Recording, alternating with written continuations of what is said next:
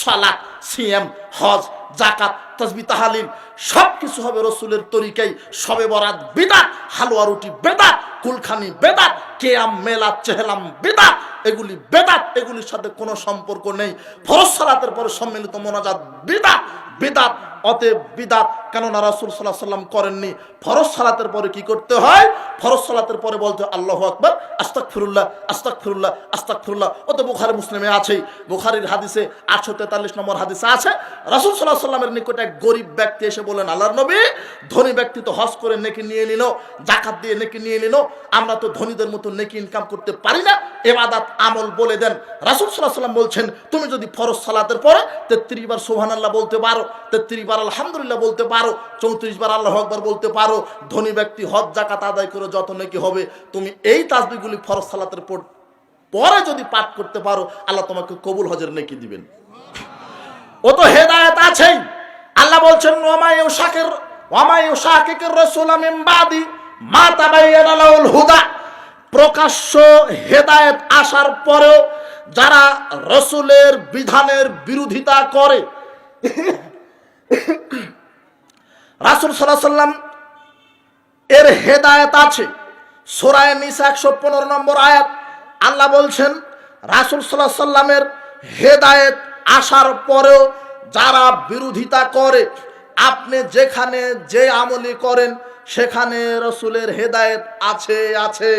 আপনি কোথাও এমন একটা আমল করবেন যেখানে রাসূলের হেদায়েত নাই, এরকম নাই।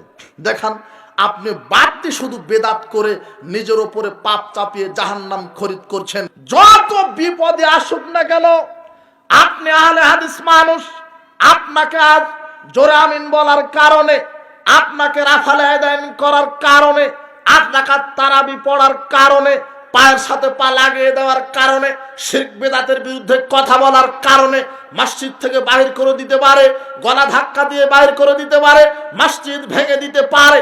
আপনি যদি ধৈর্য সহকারে রাসূল সাল্লাল্লাহু আলাইহি ওয়াসাল্লামের সুন্নাতের অনুসরণ করে জোরে আমিন বলেন, বুকের উপরে হাত বাঁধেন, কাতারের মাঝে ফাঁক রেখে দাঁড়ান, এগুলি রাসূলের সুন্নাতকে যদি আপনি মূল্যায়ন করেন, আপনার নেকি তো এত বেশি হবে। আব্দুল্লাহ বিন মাসউদ রাদিয়াল্লাহু তাআলা আনহু বলেন, রাসূল সাল্লাল্লাহু আলাইহি ওয়াসাল্লাম বলেছেন, ইন্না মিন ওয়ারাইকুম জামানা সাবরিন। পৃথিবীর সাহাবীগণ শোনো, তোমাদের পরে আমার আখেরি উম্মতেরা ধৈর্যের যুগে আসবে, তারা আমার সহি সুন্নাহ মানার কারণে নির্যাতিত হবে। শিরক বেদাত কুসংস্কার জাহেলিয়াতের বিরুদ্ধে কথা বলতে গেলে তারা নির্যাতিত হবে।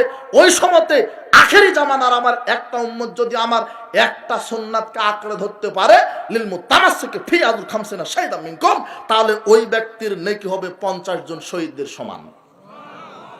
জোরে আমিন বললে নেকি হয় 50 জন শহীদদের সমান। জোরে আমিন বললে কতজন শহীদদের সমান নেকি হয়? 50 জন। রাফালে আদায় করলে কতজন শহীদদের নেকি হয়? 50 জন। কেন? এটা রাসূলের সুন্নাত।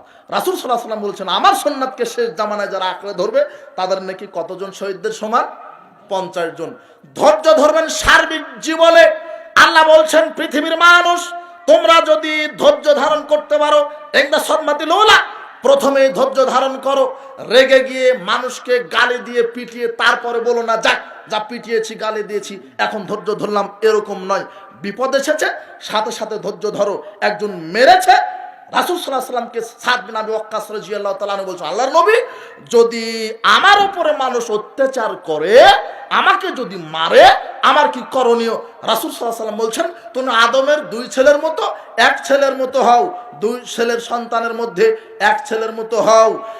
কাবিল হাবিলকে যখন মারতে গেল, হাবিল বলল, শোনো ভাই, তুমি আমার গায়ে হাত দিলেও মারলেও আমি তোমাকে মারবো না।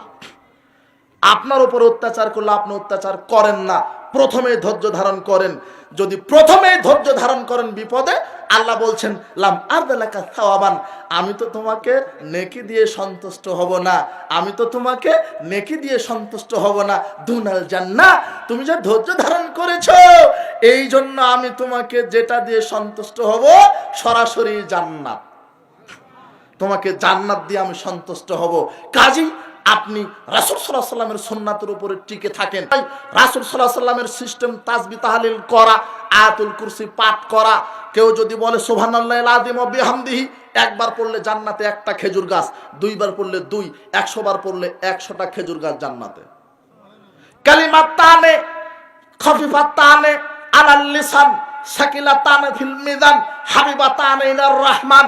দুটি কালেমা জিহ্বাতে উচ্চারণ করা সহজ, দাড়িপাল্লায় ভারী, আল্লাহর নিকটে অধিক প্রিয়। সুবহানাল্লাহি ওয়া বিহামদিহি সুবহানাল্লাহিল আযীম। এটা ফরজ সালাতের পরে পড়েন, সুবহানাল্লাহ পড়েন, সুবহানাল্লাহি ওয়া বিহামদিহি সুবহানাল্লাহিল আযীম। আল্লাহর কাছে সবচেয়ে বেশি প্রিয়। আপনি ফরজ সালাতের পরে তাসবিহ তাহলিল করবেন, জিকির আজগার করবেন, আয়াতুল কুরসি পাঠ করবেন, সূরা ইখলাস ফালাক নাস পাঠ করবেন। এগুলিতে নেকি আছে। এগুলি রাসূলের হেদায়েত, আর দড়ি পাকানো হলো হুজুরের বেদায়েত। কথা বুঝতে পেরেছেন? কাজেই রাসূল সাল্লাল্লাহু আলাইহি সাল্লামের অনুসরণ করে আপনাকে চলতে হবে, বেদাত করা যাবে না।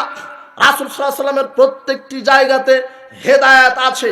হাফেজ সাহেব বলছে সাদাকাল্লাহুল আজিম কোরআন মাজিদ তেলাওয়াত করার পরে, অথচ আয়েশা রাদিয়াল্লাহু তাআলা আনহা বলছেন কিতাবু আমালুল ইয়াউম ওয়াল লাইল, ইমাম নাসার একটা গ্রন্থ as-সুনানুল কুবরা, নাসার সুনানুল কুবরা 803 308 নম্বর হাদিস। আয়েশা রাদিয়াল্লাহু তাআলা আনহা বলছেন রাসূল সাল্লাল্লাহু আলাইহি ওয়াসাল্লাম যখন কোরআন মাজিদ তেলাওয়াত শেষ করতেন তখন বলতেন সুবহানাকাল্লাহি ওয়া বিহামদিকা আশহাদু আল্লা ইলাহা ইল্লা আনতা আস্তাগফিরুকা ওয়া আতুবু ইলাইক। সাদাকাল্লাহুল আযীম কোরআনেও নাই, হাদিসেও নাই। ওটা রাসূলে, ওটা হুজুরের বেদাত, আর রাসূলের সুন্নাত হচ্ছে এই দোয়া। কথা বুঝতে পেরেছেন?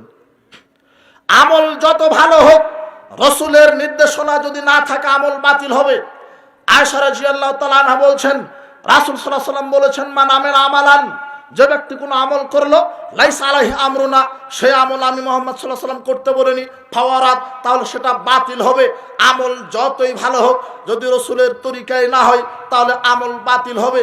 আপনাকে বলছিলাম আপনি সার্বিক জীবনে রাসূলের সুন্নাহ অনুযায়ী আমল করুন। আপনার পিতা মারা গেছে, আপনি 40 খাওয়িয়ে দিলেন, হিন্দুরা করে শ্রাদ্ধ আর আপনি করেন 40। ওদেরটা ধার নিয়ে আপনি করছেন। কাদেরটা ধার নিয়েছেন? হিন্দুর। আচ্ছা, বাপ মা মারা গেলে কি করবেন? এখানেও রাসূলের হেদায়েত নাই, হুজুরের জানা নাই। কেননা হুজুর যদি এটা জানে তাহলে হুজুরের পকেট ভরবে না। যে আমলই করতে যান বিদআত করা লাগবে না, ওই আমলে রাসূলের হেদায়েত আছে। আপনার হিন্দুরটা ধার করা লাগবে না তো। ইদা মাতাল ইনসানিন কাতান আমালুহু, রাসূল সাল্লাল্লাহু আলাইহি ওয়াসাল্লাম বলছেন পিতামাতা মারা গেলে পিতামাতার সব আমল বন্ধ হয়, তবে ইল্লা মিন সালাথা, তবে 3টা আমলের নেকি পেতে থাকে। ইল্লা মিন সাদগাতিন জারিয়া, পিতা মারা গেছে, পিতার নিয়তে মসজিদে ওযুখানা বানিয়ে দাও, তারপরে কি ফ্যান ঝুলিয়ে দাও, ফ্যান ঘুরবে যতদিন, পিতার আমলনামাতে নেকি ঘুরবে ততদিন। এটা রাসূল সাল্লাল্লাহু আলাইহি ওয়াসাল্লামের হেদায়েত। আর মারা যাওয়ার পরে 40 খাওয়ায় দিলেন, এটা হুজুরের তৈরি করা বেদায়াত। কথা বুঝতে পেরেছেন? পিতার নামে সাদগায়ে জারিয়া করবেন, কোরআন মাজিদ দিবেন হেফজখানায়, ওযুখানা তৈরি করবেন, ওযু করে নেকি হবে যত মানুষের, আপনার পিতার একাই হবে তত নেকি। এটা রাসূলের হেদায়েত। আপনি বলছেন পিতা মারা গেছে, 5000 লোককে খাইয়েছি, বলে না লৌকিকতা। 5000 যে খাওয়ালেন, মানুষকে খাওয়ালেন না ছাগলকে খাওয়ালেন? আশ্চর্য, আপনি ছাগল বললেন। রাসূল সাল্লাল্লাহু আলাইহি ওয়াসাল্লাম বলছেন লায়াকুল তামাকা ইল্লা তাকিউ, তুমি যাকে দাওয়াত দিয়ে খাওয়াবে সে যেন পরহেজগার হয়। কে হয়? মানে যাকে দাওয়াত দিবেন সে কি হতে হবে? 5000 লোককে যে আপনার পিতার নিয়তে, পিতার কি ফয়তা খাওয়ালেন নাকি? 5000 লোক প্রত্যেকে কি সালাত আদায় করে? হ্যাঁ, যারা সালাত আদায় করেন ওরা পাক্কা পরহেজগার, তাই না? না, পাক্কা পরহেজগার। বলে দেখেন যে চলেন সালাতেও, বলবে তোমরাই পড়ো। কত মুসল্লি দেখলাম সালাত আদায় করে, আবার গাছের পাতাও পারে। সালাত আদায় করে, তোমরাই সালাত আদায় করো, আমরা সালাত আদায় না করতে পারি, আমার কি ঠিক আছে? ইমান ঠিক আছে। পরহেজগার, পাক্কা পরহেজগার। ও শুকর বানর কুকুর সিগালের যাইতে খারাপ। ওই যে আলমগীর হোসেন ভাই, তিনি বলে গেলেন না যে বিড়ি সিগারেট কুকুর সিগালে খায় না। কে খায়? আপনার সেদিন কুষ্টিয়ায় গেছিলাম, তামাক চাষ করছে তারা। আমি বললাম বেড়া দেওয়া হয়নি কেন? আমার সবর সাথীকে বেড়া দেয়নি কেন? ও বলছে যে বেড়া দেওয়া লাগে না তো, ওই কি কি আপনি পটল বেগুন চাষ করেন, বেড়া দেন না? কেন বেড়া দেন? ছাগল যেন না খেতে পারে বেড়া দেন। কিন্তু এত দামি আলা পাতা, একটা আলা পাতা 5 টাকা করে বিক্রি করে, 10 টাকা করে বিক্রি করে, ও তো বেড়া দেয়নি। বলা হলো কেন? বলছে এটা সুর বানরে খায় না। আমি চিন্তা করি সভ্য না, যেটা সুর বানরে খায় না সেটা মসজিদের ইমাম সাহেব খায়।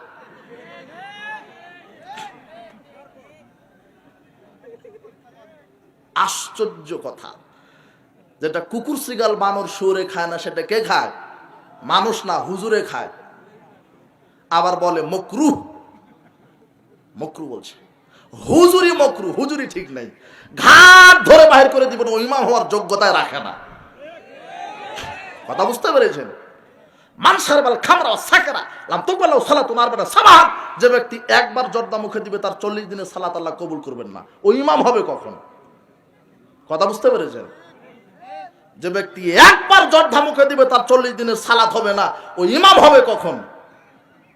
আশ্চর্য কথা, মানুষের বিবেক বুদ্ধি সব পায়খানা হয়ে গেছে। এমনিতেই ধর্ম মানে হারাম খেয়ে আর হজ যাকাত তাসবিহ তাহলিল আদায় করে ওদের ইবাদত করাই সার, কোনো ইবাদত কবুল হবে না। বলছিলাম আপনাকে রাসূল সাল্লাল্লাহু আলাইহি ওয়াসাল্লামের সুন্নাত অনুযায়ী, কোরআন সুন্নাহ অনুযায়ী আপনাকে জীবন কাটাতে হবে, বিদআত করা যাবে না। রাসূলের সুন্নাত অনুযায়ী চালাবেন। আপনি আপনার পিতার নিয়তে 5000 লোককে খাওয়ালেন, এর মধ্যে তদন্ত করে দেখেন 4500 মানুষ 5 ওয়াক্ত সালাত আদায় করে না। আর রাসূল সাল্লাল্লাহু আলাইহি ওয়াসাল্লাম বলছেন বেনামাজিকে দাওয়াত দিয়ে খাওয়াবে না। এটা কে বলছেন? আর আপনি বেনামাজ, হ্যাঁ, ও বেনামাজি হোক, ও ইহুদি হোক, খ্রিস্টান হোক, বেদিন হোক, সে যদি আপনার কাছে অসহায় হয়ে সাহায্য চায় তখন আপনি তাকে সাহায্য করতে পারেন, কিন্তু বেনামাজিকে সম্মান করে দাওয়াত দিয়ে খাওয়ানো যাবে না। এটা মনে রাখবেন। কিসের পিতার নিয়তে খাওয়ান আপনি? আশ্চর্য কথা, ওটা হিন্দুরা খাওয়াবে। হিন্দুর যৌতুক মুসলমানের বিবাহে পার হয়েছে, ওদের শ্রাদ্ধ মুসলমানের বিবাহে পার হয়েছে, আর ওদের 31st নাইট, পয়লা বৈশাখ এই বাংলার এক হিজড়া মার্কা যুবক যুবতীরা পালন করে। সবচেয়ে বেহা নির্লজ্জ বেশ্যা দিবস এই বাংলার জমিনের মুসলমান পালন করে। ওরা ইহুদি খ্রিস্টানের অনুসরণ করে, ওর বাপ মুসলমান, মা মুসলমান, ও কি করে ইহুদি খ্রিস্টানের নীতিতে অনুসরণ করে 31st নৈষ্ঠ্য দিবস পালন করে। ও বেহায়া। আবার বলছে আমার বেটি ইউনিভার্সিটিতে পড়ে, শিক্ষা সফরে গেছে লন্ডনে। আরে শিক্ষা সফর নয়, ওটা জেনার সফরে গেছে। বাড়ি থেকে বের হয় বোরখা পরে, আর ওই যখন গাড়িতে উঠে তখন বোরখা খুলে ওই শিক্ষা সফরের ড্রেসই এখন ফিরেছে। এখন যুবক যুবতী, কপত কপতি সব উলঙ্গ, সিলানা কলা, বুঝেন না? কলা বুঝেন? কলা, কলা যখন ছিলিয়ে রাখেন মাছি পড়ে, কলার উপরে চোঁচা থাকলে মাছি পড়ে। যত উলঙ্গ মহিলা, এই প্রতিটা মহিলা যত উলঙ্গ, গায়ে পোশাক নয়, আটো পোশাক, ঠোঁটে লিপস্টিক দেয়, এই কপালে ফুটা দেয়, চুলগুলি ফেটকিয়ে বুকগুলি বক্ষস্থ প্রশস্ত করে যারা রাস্তাঘাটে চলে, এরা সিলানা কলা। এরা হচ্ছে, এদের বডির ওপরে, শরীরের ওপরে লক্ষ মাসি নামক যুবক পড়েছে। একটাও, সব রিজেক্টেড হয়ে গেছে, এগুলি মাল চলবে না। কথা বুঝতে পেরেছেন? ওরা যেন মাছি পড়তে পারে তাই খুলে রাখে, সিলিয়ে রাখে কলা। ভারতে এক যুবতী বোরখা পড়লো না, কলেজে গেছে, ওরা বলছে কি জয় শ্রীরাম, নাকি জয় শ্রীরাম। হ্যাঁ, যুবতী বলে আল্লাহু আকবার, আল্লাহু আকবার। যেখানে আল্লাহর ধ্বনি উচ্চার হয় সেখানে কাফের মুশরিকদের দর্শন মাটির নিচে পুঁতে যায়। যুবতী বিজয় হয়েছে। আমি বলছি বাংলার প্রত্যেক মুসলিম নারীকে, মহিলাকে, স্কুল কলেজ বিশ্ববিদ্যালয়ে যারা পড়ো, 24 ঘন্টার মধ্যে পোশাক পরিবর্তন করে ওই ভারতের ওই মুসলিম নারীর কাছ থেকে শিক্ষা অর্জন করো। পর্দায় থাকলে আল্লাহ সম্মান বাড়িয়ে দেয়, আর বেপর্দায় থাকলে আল্লাহ লজ্জিত করেন, ধর্ষণের শিকার হতে হয়। আর পর্দায় থাকলে পর্দার বিনিময়ে আল্লাহ দুনিয়াতে সম্মান, পরকালে জান্নাত। মুসলিম মহিলারা হুঁশিয়ার হন। এই জন্য নারীরা বেশি জাহান্নামী উলঙ্গতার কারণে। বলছিলাম আপনাকে ইহুদি খ্রিস্টানের ফাঁদে পা দেওয়া লাগবে না। আপনি মুসলিম, আপনার নীতি নৈতিকতার আদর্শে সব ইসলাম পরিপূর্ণ। ইসলাম এমন একটা ধর্ম, অন্য কোনো ধর্মের আদর্শ আপনাকে ধার নেওয়া লাগবে না। ইসলাম এমন একটা ধর্ম, যারা সার্বিক জীবনে ইসলাম পালন করে তাদের বৈশিষ্ট্যগত নাম হচ্ছে আহলুল হাদিস। তাদের বৈশিষ্ট্যগত নাম কি? আহলুল হাদিস। মানে যারা সার্বিক জীবনে কোরআন এবং সহিহ সুন্নাহকে মেনে চলে তারা হচ্ছে আহলুল হাদিস। ব্যক্তিগত জীবনে, সামাজিক জীবনে, রাষ্ট্রীয় জীবনে, অর্থনীতি জীবনে, সালাতে, সিয়ামে, অর্থনীতিতে, রাজনীতিতে, সার্বিক জীবনে যারা একমাত্র কোরআন সুন্নাহ মেনে চলে তারাই আহলে হাদিস। যারা মসজিদে আল্লাহু আকবার আর ব্যবসাতে, অর্থনীতিতে, সুদি অর্থনীতি যারা সুদখোর তারা আহলে হাদিস নয়। যারা বিড়িখোর, জর্দাখোর তারা আহলে হাদিস হতে পারেনি।